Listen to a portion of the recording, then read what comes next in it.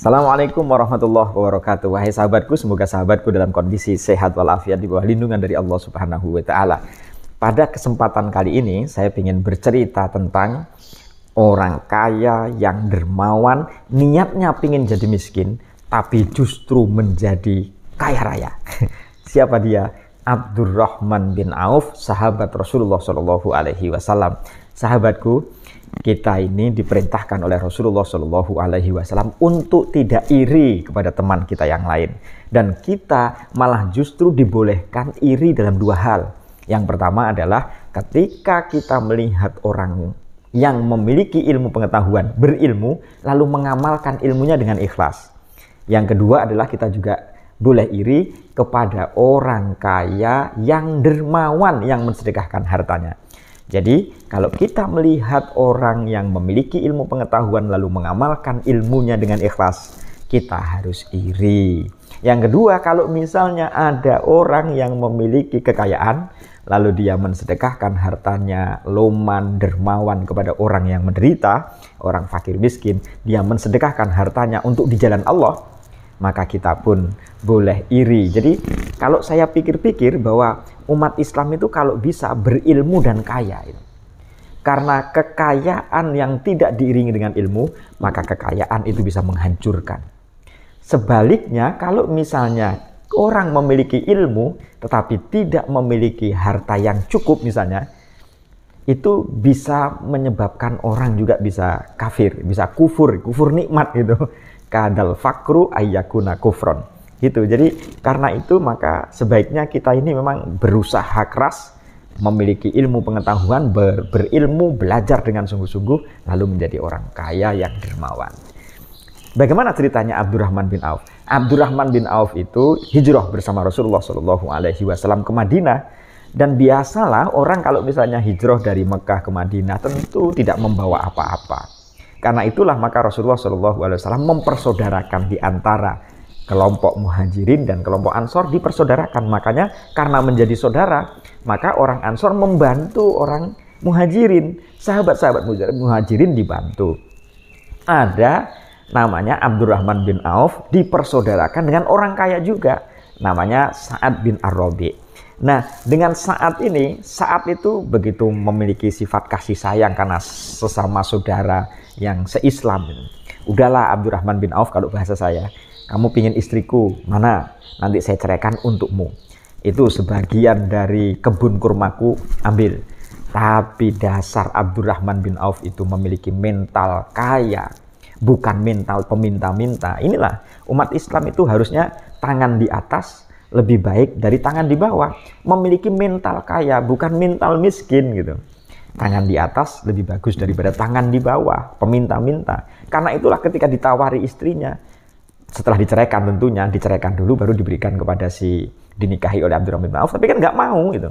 Diberikan sebagian hartanya juga tidak mau gitu. Tapi apa yang dikatakan oleh orang yang memiliki mental kaya, Abdurrahman bin Auf ini? Tunjukkan saya pasar. Maksudnya, tunjukkan saya kepada pusat-pusat ekonomi.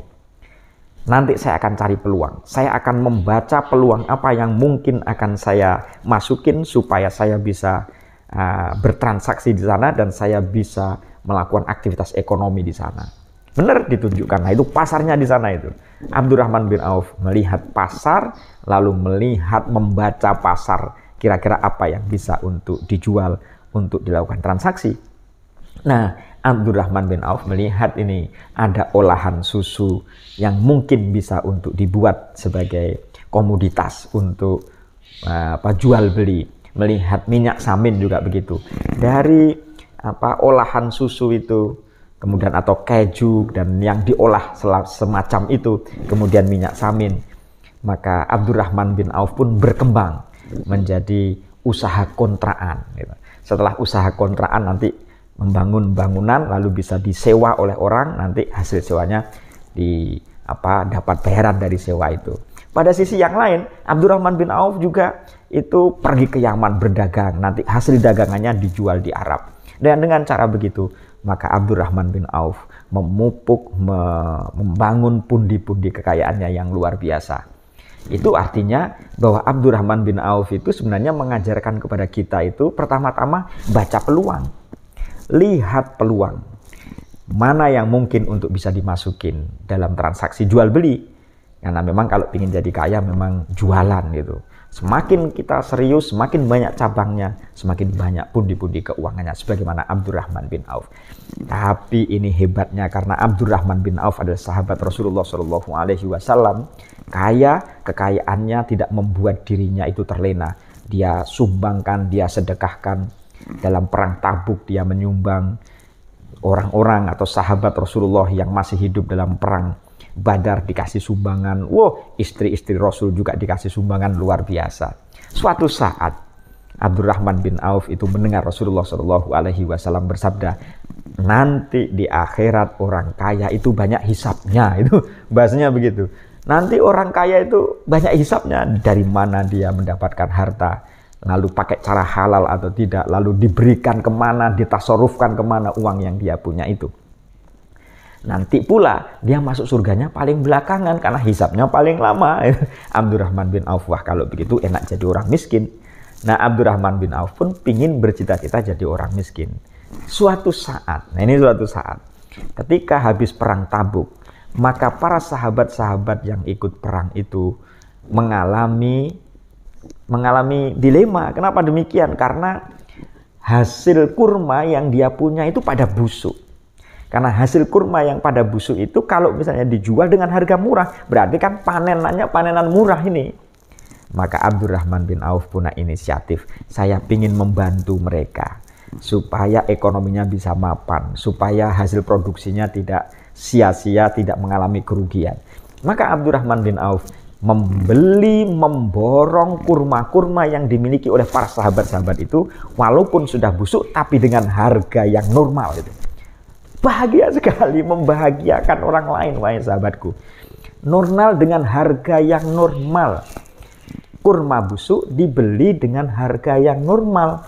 Harapannya memang Abdurrahman bin Auf ingin membantu mereka pada satu sisi yang mengurangi kekayaan yang dia punya supaya masuk surganya cepat dan hisapnya nggak lama-lama. Tapi apa yang terjadi, wahai sahabatku? Abdurrahman bin Auf ingin jadi miskin, tetapi Allah membuat sesuatu yang lain.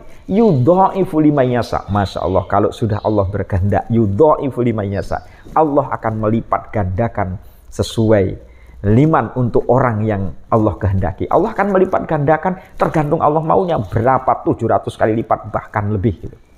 Nah suatu saat ketika Abdurrahman bin Auf sudah mengalami kondisi yang tidak seperti dulu karena uangnya digunakan untuk memborong kurma-kurma busuk dengan harga yang normal tadi itu.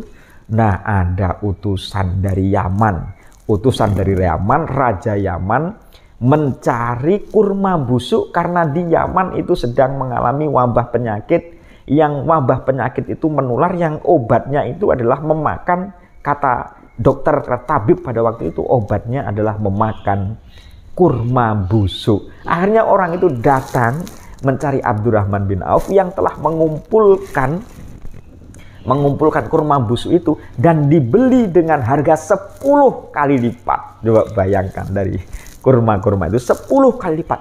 Jadi Abdurrahman bin Auf itu pingin hartanya berkurang, pingin menjadi miskin karena pingin masuk surga dengan cara yang cepat, tapi justru malah menjadi miliarder, malah menjadi orang kaya. Caranya Allah itu menyimpan, membantu orang lain, membantu sahabatnya, malah dibeli oleh orang yang punya kebutuhan karena pingin sehat tadi itu, pingin sembuh dari penyakit 10 kali lipat. Wahai sahabatku, luar biasa. Ini pingin miskin tapi malah jadi orang kaya. Memang sedekah yang diniat itu membantu orang lain.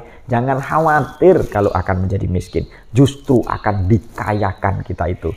Yudha'ifu liman yasha. Allah akan melipat gandakan sampai yang gak terbatas, berlipat-lipat oleh Allah Subhanahu wa taala. Sahabatku, suatu saat terlihat Abdurrahman bin Auf itu kelihatan wangi, ada bekas-bekas minyak wangi itu. Loh, Abdurrahman bin Auf kayaknya wangi-wangian, kayak wangi-wangian habis pengantin. Oh iya, saya habis melamar seorang wanita itu. Melamar wanita. Loh, pakai apa lamaranmu? Saya melamar itu misalnya mas kawinnya adalah seberat biji kurma, sebelat kurma, emas seberat kurma itu.